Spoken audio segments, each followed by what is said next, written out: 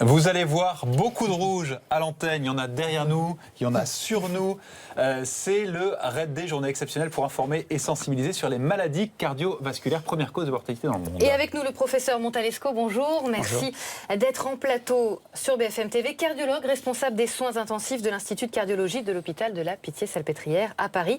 Déjà, cette idée reçue, quand on pense problème cardiaque, maladie cardiovasculaire, on pense aux hommes. En fait, pas du tout. Les femmes, nous sommes menacées au moins autant. Absolument, c'est une idée reçue que seuls les hommes, ou surtout les hommes, sont atteints de maladies cardiovasculaires. Ça touche les femmes, c'est la première cause de mortalité. Une femme sur 3 va mourir d'un accident cardiovasculaire. C'est beaucoup plus que, par exemple, le cancer du sein, une femme sur 26, ou le cancer du col de l'utérus, ou les accidents de la route dont on parle tout le temps et pour lesquels on fait de la prévention. La prévention cardiovasculaire est très en retard, si ce n'est souvent absente du débat des causes de décès chez la femme. Et pourtant, on verra dans une seconde qu'en la matière, la prévention, elle est essentielle. Mais d'abord, pour rester sur le constat, il y en a de plus en plus des femmes touchées par les maladies cardiovasculaires et on attend encore une vraie grande étude pour savoir, pour connaître vraiment l'ampleur du phénomène. Alors, c'est un des mérites de cette campagne. On va lancer la première grande étude sur l'état cardiovasculaire de la femme en France. On va demander aux femmes de se connecter sur un lien et de nous décrire leur situation cardiovasculaire, leurs facteurs de risque cardiovasculaire. On va les interroger sur, par exemple, leur humeur. Vous savez que la dépression est un facteur de risque cardiovasculaire. Les fumeuses, on leur demandera, avec un certain nombre de questions, quel est leur niveau de dépendance. Et on va leur dire, vous êtes très dépendante, ça va être difficile de vous arrêter, il faut vous faire aider. Ou au contraire, votre dépendance est très faible et vous pouvez peut-être y arriver toute seule. On regardera leur niveau d'exercice, leur nutrition, tous ces facteurs qui impactent directement leur pronostic cardiovasculaire. Alors justement, la prévention, l'alimentation, le tabac, l'activité sportive aussi, évidemment, tout ça, ça joue. Ça joue, il faut commencer très tôt, c'est un message important. Très tôt, ça veut dire quel âge? Le problème, c'est l'adolescence. Et les adolescentes fument avant les adolescents. Et fument plus que les adolescents. Et ça, c'est terrible parce que le tabac, c'est le premier facteur de risque cardiovasculaire pour les femmes et les hommes. Et en l'occurrence, les femmes commencent plus tôt.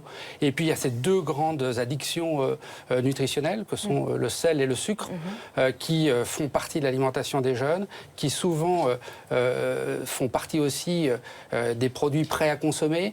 Et le sucre, c'est un grand addictif et c'est aussi pas très bon pour le pronostic cardiovasculaire des jeunes femmes. Et plus on vieillit, plus on doit faire attention aussi. Alors plus on vieillit, plus les problèmes changent. Il y a des étapes dans la vie. Les adolescentes, il va falloir se bagarrer sur le tabac, le sel, le sucre. La femme d'âge mûr, il va falloir peut-être se bagarrer plus sur le cholestérol, plus sur l'exercice physique, plus sur la nutrition. La grossesse, c'est un élément très important dans la vie d'une femme. Or, pendant la grossesse, on peut avoir des symptômes qui vont souvent être négligés. Je suis un peu essoufflé, je suis un peu fatigué, mais c'est parce que tu es enceinte. Ben non, parfois, c'est le premier signe révélateur d'une pathologie cardiaque qui peut être valvulaire, qui peut être l'hypertension, et donc ça doit être un signal d'alarme. Alors, on a besoin de vous, téléspectatrices de BFM TV, sur le site goredforwomen.fr. C'est quel genre de questions qu'elles vont devoir répondre, professeur ? Toutes sortes de questions, c'est complètement anonyme, mais on va leur demander à la fois leur âge, leur profession, leur statut social, si elles font de l'exercice, comment elles se nourrissent, des petites questions sur leur humeur, si elles fument, et si elles fument, un certain nombre de questions. Quelle est l'heure de la première cigarette, par exemple, qui est un gros signe indicateur de la dépendance. Et puis, au bout du bout, on va leur donner un niveau de risque cardiovasculaire. On leur dira, voilà, votre niveau de risque, il est intermédiaire, ou, attention, alerte rouge. Il est élevé, il faut peut-être prendre conseil. Merci beaucoup, professeur. Vous n'hésitez pas donc à participer à cette étude, c'est très important. Ce sera la première grande étude menée comme ça en France. Et puis vous vous mobilisez, vous en parlez autour de vous et vous n'hésitez pas à poster vos photos en rouge sur les réseaux sociaux. C'est très important, c'est ça aussi la prévention.